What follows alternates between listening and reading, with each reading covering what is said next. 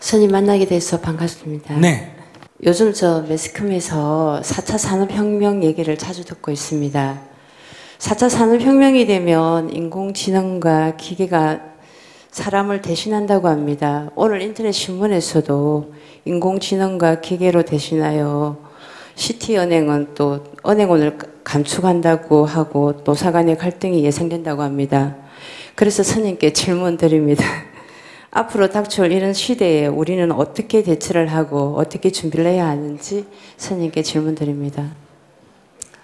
앞으로 올 미래는 너도 모르고 나도 모른다. 안다 하면 그 사람이 틀린 사람이야. 잘못된 사람이야. 그럼 우리는 어떻게 준비해야 되느냐. 그러니까 이렇다라고 단정적으로 말하면 안 되고 이렇게 될 확률이 높다 하고 예측을 하고 거기에 대해서 준비를 해야 된다. 근데 여러분들이 만약에 100년 전에 태어났다면 할아버지도 농사 짓고 살으셨죠.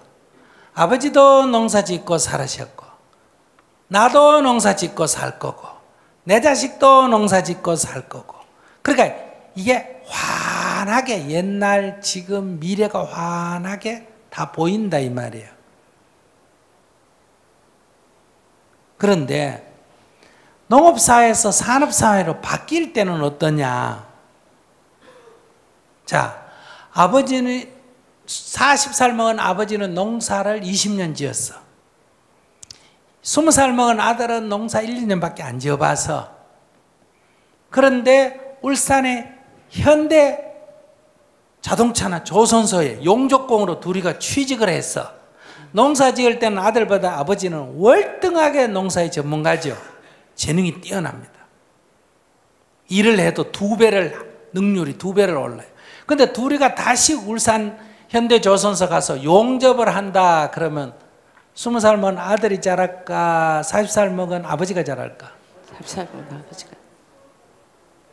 그런데 회사에서 월급을 줄 때 그러면 아들이 일을 많이 하니까 아들한테 월급을 많이 줄 거고 아버지는 일을 능률이 적으니까 적게 주겠죠. 근데 아들은 지 혼자니까 그걸 받고 사는데 아버지는 자기에다가 부인에다가 애들이 딸렸잖아. 그죠? 그러니까 그 월급을 갖고 살 수 있나 없나? 살 수 없지. 또 그런 직장이 구해지지도 않아요. 왜? 젊은 애 구하면 일을 잘하기 때문에. 그래서 우리가 농촌사회가 붕괴되고 도시로 나올 때 두 종류로 나눠진 거예요. 젊은이는 도시에 와서 저임금 노동자로, 나이 든 사람은 도시로 오면서 뭐다? 도시 빈민으로 이렇게 전락하는 거예요. 그러니까 그 전에 자기가 가졌던 재능이 쓸모가 없어진 거예요.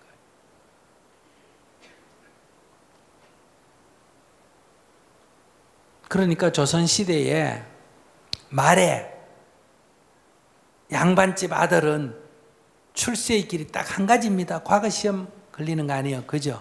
그래서 늘 과거 시험 공부만 했어. 근데 1880년, 90년 이때 되면 서양에서 우리나라에 선교사 오잖아. 그죠? 이 사람들이 와서 뭐예요? 학교 배지 학단이니 무슨 학단이니 학교 만들었잖아. 그죠? 근데 양반집에 그거 보낼까 안 보낼까? 안 보내겠지. 그럼 그런데 서양 사람이 와서 학교 같은 거 만들고 하면 누가 갑니까? 큰 사람은 안 가고 어린애들이, 그것도 상놈 애들이 가겠지. 평민 애들이나. 그런데 사회가 산업화가 되고 과거 제도가 없어져 버리니까 20년 자기가 과거 시험 치려고 공부한 사람은 과거 제도가 없어져 버리면 자기 재능이 아무 없어지잖아.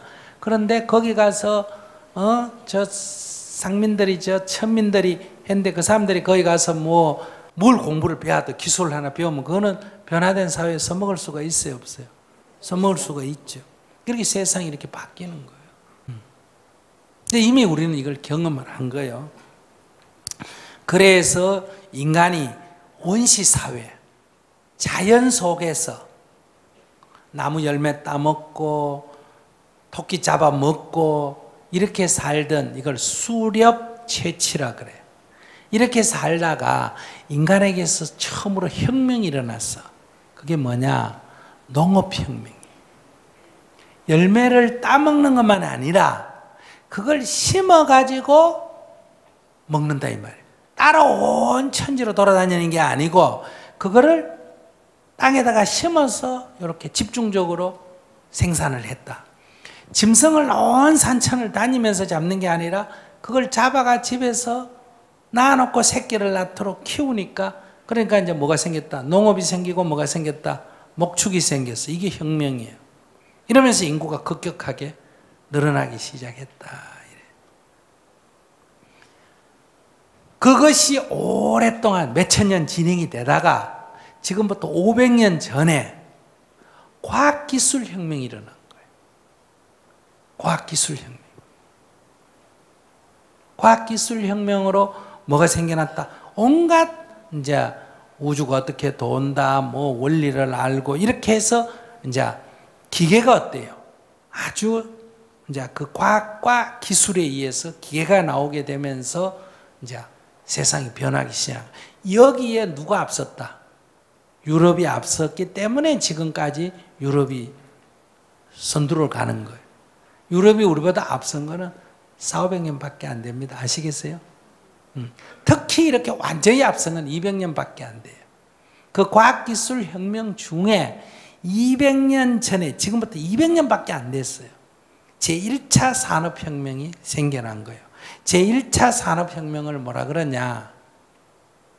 증기기관의 발견이에요. 지금까지 힘은 사람의 힘이나 소의 힘이나 코끼리 힘 갖고 했는데 전혀 다른 큰 힘을 가져온 게 생겼다. 그게 뭐다? 증기기관이에요. 그러다가 한 지금 100몇십 년 전에 이건 이제 미국에서 일어나, 그건 영국에서 일어나. 뭐가 나왔어요? 이 힘 중에, 에너지 중에 전기가 발견된 거예요. 그러니까 이게 완전히 더 획기적으로 된 거예요. 즉 여러 가지 자동화 이런 거 전부 뭐가 나왔기 때문에 가능하다? 전기 에너지가 나왔기 때문에 가능하다. 이게 이제 2차 산업혁명. 그럼 3차 산업혁명이 뭘까? 컴퓨터가 나온 거예요. 디지털이 나온 거예요. 이게 3차 산업혁명.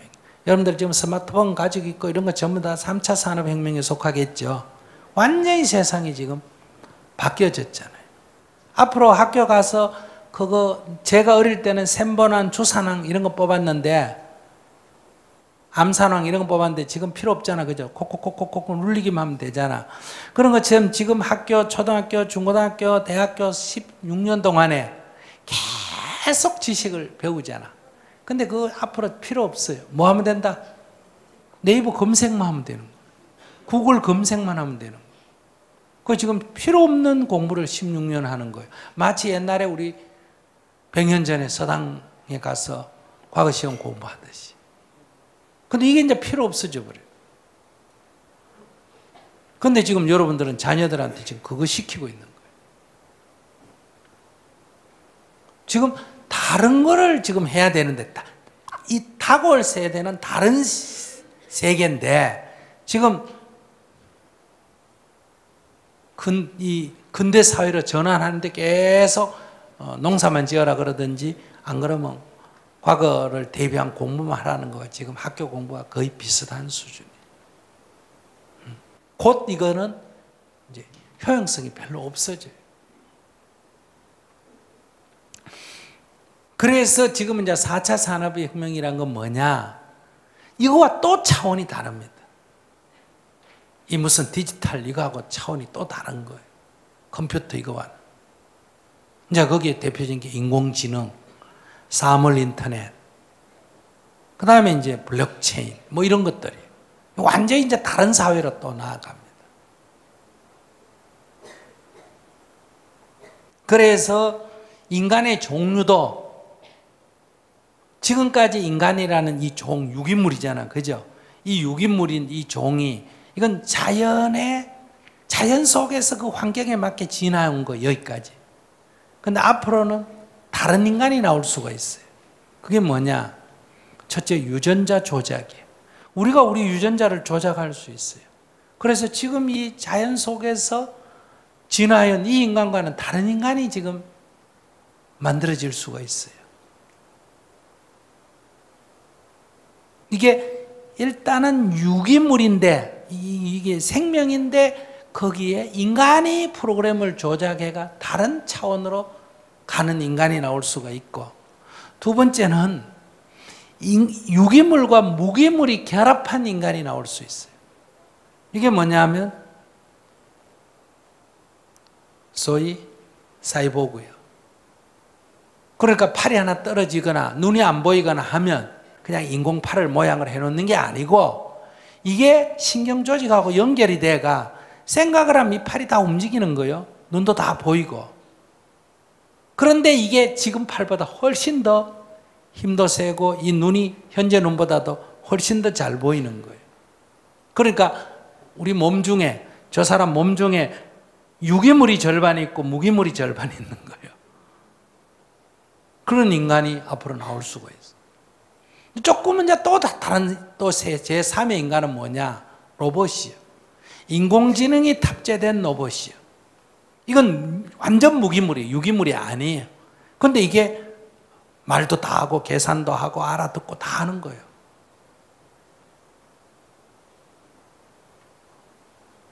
그러면 지금 영어 공부해 온다고 열심히잖아.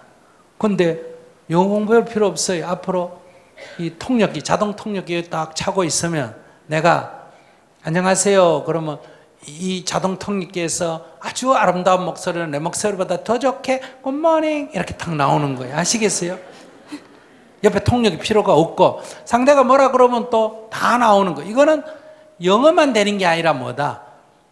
한국말 하면 상대가 중국 사람이면 중국말 나오고, 상대가 일본 사람이면 일본말 나오고, 상대가 독일 사람이면 독일말 나오고, 이거 지금 굉장히 돼 있어요. 거의 70%는 지금 자동 통역이 됩니다. 번역기는 이미 거의 80%는 자동 번역이 됩니다. 글 넣으면 그냥 자동으로 번역이 돼가 나와요. 말도 하면 자동으로 돼요. 조금 있으면 이제, 그러니까 학교 다니면서 죽으라고 공부한 거 이게 별로 필요가 없어요. 그럼 놀아야 되느냐? 아니에요. 제일 중요한 거는 이러나 저러나 인간의 목표는 뭐예요? 행복해야 될 거 아니에요. 네. 그럼 심리가 안정이 돼야 되겠죠. 네. 그럼 여러분들이 자식을 낳으면 자식한테 제일 부모가 해줄 수 있는 최고의 선물은 뭐다? 심리적 안정이에요. 저렇게 지금 우울증 되고 저런 건 다 엄마가 서로 부부가 싸우거나 우울증이 있거나 불안했기 때문에 다 생기는 문제랍니다. 그러니까 아이가 심리적 위축이 안 되도록 하는 게 필요한 거예요.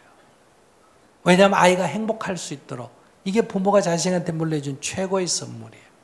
두 번째는 아이가 어떤 상황에 처하든 거기서 살아나갈 수 있는 생존력을 키워주는 거예요. 그러니까 영어를 잘한다 이게 아니라 영어를 못해도 미국 놈하고 섞여가 살 수 있는 능력을 키우는 거예요. 그러려면 어릴 때부터 자기가 하도록 훈련시켜야 될까? 대신 해줘야 될까? 자기가 하도록 해야 돼요.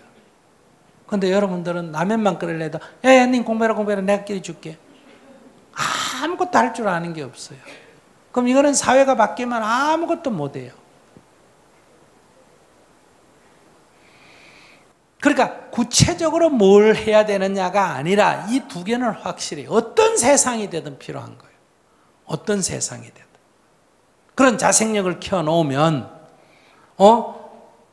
사회가 과거 시험 쳐야 된다면 과거 시험을 자기 공부해가 갈 거고, 자기가 산업사회가 된다면 기술을 익혀서 갈 거고, 또 새로운 사회가 된다면 거기서 또 그걸 익혀가 갈 거고, 그럴 수 있는 기본 토대가 필요해요. 가장 대표적으로 나 같은 사람이에요. 아시겠어요? 뭐 어디를 가도 그냥 먹고 사는 거예요. 뭘 해도 먹고 사는 거예요. 아프간 가서도 살 수 있고, 인도에 가서도 살 수 있고, 천민 동네에 가도 살 수 있고, 여러분들은 방에 자야 되는데 저는 차 타고도 살 수 있고, 앉아가도 자면서 살 수 있고, 맛있는 거 줘도 먹지만은 맛없는 거 줘도 먹고 살고. 그러니까 이제 그런 준비를 해주는 게 중요해요. 구체적으로 4차 산업을 대비하게 애들 교육을 어떻게 시켜야 된다 이런 건 없고, 애들 교육을, 지금 교육은 이미 틀렸어요. 그러니까 지금 여러분들 오히려 쉬워졌어요. 과외 시킬 필요도 없어요. 학교 안 가겠다는 거 굳이 보낼 필요도 없어요. 서당 안 가겠다는 거 안 보내도 되는 거하고 똑같아요. 그럼 뭐 놀아야 되느냐? 그게 아니라 가장 중요한 건 여러분들이 아이가 자생력을 가질 수 있는, 자기가 밥도 하고 자기가 빨래도 하고 자기가 청소도 하고 자기가 어디 차도 오라면 길도 찾아가고, 그게 길 가는 게 중요한 게 아니라 그렇게 생존할 수 있는 훈련이 되면 그건 이제 환경에 적응할 힘을 얻는다 이 얘기예요. 다시 말하면 야생동물이면 뭘 가져야 된다? 야생성을 가져야 되는. 근데 야생동물을 집에서 너무 오래 키워가 산에 갖다 놓으면 살아요? 못 살아요? 못 살아. 그래서 여러분들 캐나다나 미국 같은 데 가면 국립공원에 이렇게 과일 같은 거 이런 거 야생동물한테 주라고 돼 있어요? 주지 말라고 돼 있어요? 주지 말라고 돼 있어. 왜? 야생성을 잃어버리게 된다. 그러면 그 동물을 죽이는 거다. 여러분들이 지금 자녀에게 과잉보호하는 것은 사랑이 아니에요. 여러분들이 집착이에요. 자녀를 망치는 길이 돼요. 두 가지, 여러분들은 자기 욕심으로 아이한테 신경질 내고 부부가 싸우고 해가 심리적 불안을 맞게 해주고, 내 공부 못한다고 야단쳐가 열등의식을 갖게 해놓고 심리적으로 자존감을 얻게 하고, 두 번째는 아무것도 하지 말라고 다 해줘가지고 아무것도 할 수 없는 존재를 만들어 놓은 거예요. 쉽게 말하면 자녀를 완전히 망친 거예요. 이런 교육은 이제는 수명이 다 됐다 이런 얘기예요. 수명이 다 됐다. 그러니까 그러면 걱정이에요? 좋아졌어요. 애들 키우는데 신경 써야 되나 안 써도 되나? 안 써도 돼요. 옛날에 똑같은 시대로 연결될 때는 부모가 자식에게 교훈을 줄 게 많아요. 근데 이제 교훈을 줄 게 별로 없어요. 왜? 여러분들이 아는 게 다음에 가면 안 맞아요. 결혼을 해라 이게 맞다고 할 수도 없고,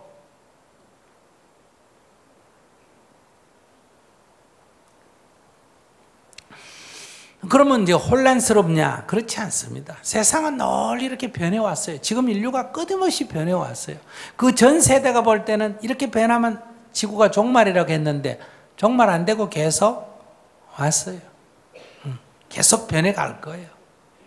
그러니까 우리는 이제 이런 시대를 염두에 두고 너무 고정관념을 가지고 너무 고지식하게 접근하면 조선시대 말렙의 양반 수준밖에 안 된다 이런 얘기예요. 그러니까 조금 이해의 폭을 넓혀야 돼요. 세상이 지금 빠른 속도로 이렇게 변해가니까 여러분들이 조금 더 깨어야 됩니다. 이 의식이 깨어야 됩니다. 고지식하게 그렇게 하면 이 변화에 따라가지 못한다. 그렇다고 변화가 막 아침 자고 나면 달라지는 그런 변화는 아니에요. 서서히 바뀌어 나가는데 10년이나 20년 차원에서 보면 큰 변화가 일어납니다. 아까도 얘기했지만은 앞으로 무인 자동차 나오면 운전 잘한다 이런 거 필요해요, 안 해요? 안 해. 그리고 자가용 개념도 없어집니다. 저절로. 왜? 스마트폰으로 시계같이 차고 있다 여기다 딱딱딱딱 눌리면 딱 차가 문 앞에 와 있는데 뭐 타고 가서 내리면 끝인데 뭐 그럼 요금은 다 뭐다? 인터넷 베이킹으로 다 이루어지기 때문에 뭐 돈을 호주머니에 넣어 다녀놓을 필요도 없다 이 말이에요. 그러니까 그게 좋은 점도 있고 나쁜 점도 있는 거예요. 좋은 점만 있는 게 아니에요. 나쁜 점도 있는 거예요. 사람도 여자들은 뭐 앞으로 이건 할 거냐 말 거냐 뭐 기술은 다 돼 있어요. 애기 놓을 필요가 없어요. 요즘은 어떠냐? 둘이가 결혼해가 놓다가 지금 이미 동물 세계에서는 교미시키고 이런 거 다 없어졌다는 거 알아요? 여러분들 소나 돼지나 사육하는 데서 막 수소 가져와서 암수한테 교미시키고 요즘 이런 일이 있어요? 없어요? 없어요. 없어. 전부 인공 수정해가 다 하는 거예요. 아직도 모르나 봐. 그러니까 남자는 별로 필요 없어요, 앞으로. 종자용만 몇만 나누면 돼요. 사람이 필요하면. 근데 그것도 또 꼭 그렇다고도 볼 수 없는 게 여자도 별 필요가 없어요. 왜? 앞으로 인공자궁이 나오면 그냥 거기다가 이렇게 주문 받아가 거기다 집어넣어 놓고 뭐 9개월 반이든 6개월 반이든 조기 성숙하고 오면 아기가 나오고 바다가 집에 가져가면 되는 거예요. 그러면 낳은 자가 음이에요, 기른 자가 음이에요? 기른 자가 음이에요. 근데 그것도 앞으로 조금 더 가면 필요 없어요. 왜? 앞으로 복제하면 돼요. 아시겠어요? 수정도 할 필요가 없어요. 그러니까 이게 좋은 사회인지 아닌지 그거는 우리가 알 수가 없어요. 그러니까 이 모든 상황이 이렇게 바뀌어 나가는 삶에 놓여 있다, 이런 얘기예요. 그렇기 때문에 지금 여러분과 제가 공부하는 이거는 스님이 정문적설하고 이게 어떻게 보면 그냥 인생 상담 같은데 가장 핵심은 여러분들의 이 다친 사고를 깨주는 거예요, 내가 하는 일은. 그래서 이거는 미래에 대한 대비예요. 여러분들 자녀들이 지금 애지중지 키워놨는데 흑인 며느리로 데려올지 코쟁이 신랑을 데려올지 지금 알 수가 없어요. 지금 앞으로 20년 안에 우리나라에만 거주하는 외국인이 500만이 넘습니다. 인구의 10%를 넘어갑니다. 앞으로 20년이 지나면 현재 있던 직업 중에 750만 개가 없어지고 250만 개가 새로 생긴대요, 일자리가. 그럼 500만 개 일자리가 없어지는 거예요. 그러니까 애를 적게 낳는다고 난리지만은 인구 노동력 과잉 현상이 생깁니다. 앞으로 갈수록 일자리는 더 없어져요. 그래서 지금 주 5일 근무인데 곧 얼마로 바뀌어야 된다? 주 4일 근무로 또 주 3일 근무로 바뀔지도 몰라요. 그래서 자기 직장에 주 3일 근무하고 부족하면 파트타임으로 이틀 딴 데 가서 더 하고 이런 식의 사회가 될지도 몰라요. 이런 사회가 될 때는 그러면 인간에게 어떤 문제가 생길까? 거기에 대비해서 그럼 어떻게 우리가 이걸 대응해야 될까? 저는 스님 그런 거 생각하는 거예요. 이 사회가 이렇게 되면 사람들이 어떤 문제가 발생하고 그럴 때 나는 무엇을 내가 할 수 있는 일이 있을까? 이런 얘기예요. 그 뭐 공무원이 되고 출세를 하고 돈을 많이 벌고 그건 뭐 여러분들이 그렇게 살면 되는데 그건 뭐 그냥 흘러가는 세상의 흐름에 그냥 스쳐 지나가는 것들이에요. 그러니까 두려워할 필요는 없어요. 그 좋다 나쁘다고 할 수도 없고 우리는 어떤 세상이 되든 어떤 사회가 오든 뭐다. 항상 나는 거기에 적응해서 살 수 있고 나는 내 행복을 유지할 수 있는 이게 가장 중요하다. 지금 그런 공부를 하자는 거예요. 네, 감사합니다.